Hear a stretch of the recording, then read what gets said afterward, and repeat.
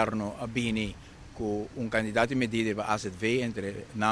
positiva lei em qual acorda e pago de remédio para os concidadãos.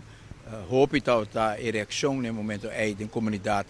no momento que o governo a começar a pôr com a família de pouco recurso na rua, mas se paga para o remédio. Hoop que caso no caminho que nós a reação durante o período aí, o qual agora está impagável e nós mira que a eleição está sendo forte, que agora o governo para diante de uma eleição a decidir de haladem e medida aqui e nós no momento aí assente que o qual o governo está simplesmente haladem para não afetar o processo eleitoral, pero que depois ele bine nós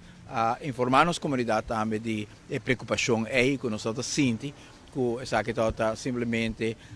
certo político no momento aí, pero que o governo está decidido para bem que medida na aqui den AZV. A nós era só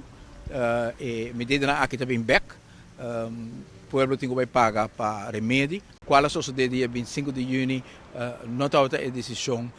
que o hopi a base de informação correta. Então tem hopi promessa na agora assim, hopi engano na agora assim e a não está saindo claro e nunca está lá para nós cambiar de direção, maneira que nós podemos dia 25 de junho, pero a pouco nós mira que o hopi de lo qual agora bisa e hopi de costa que agora escondi, está saindo para adiante, aruba por uni para realmente nos por ganhar e cambio grande que o povo urbano está deseja governo justo que tem para futuro.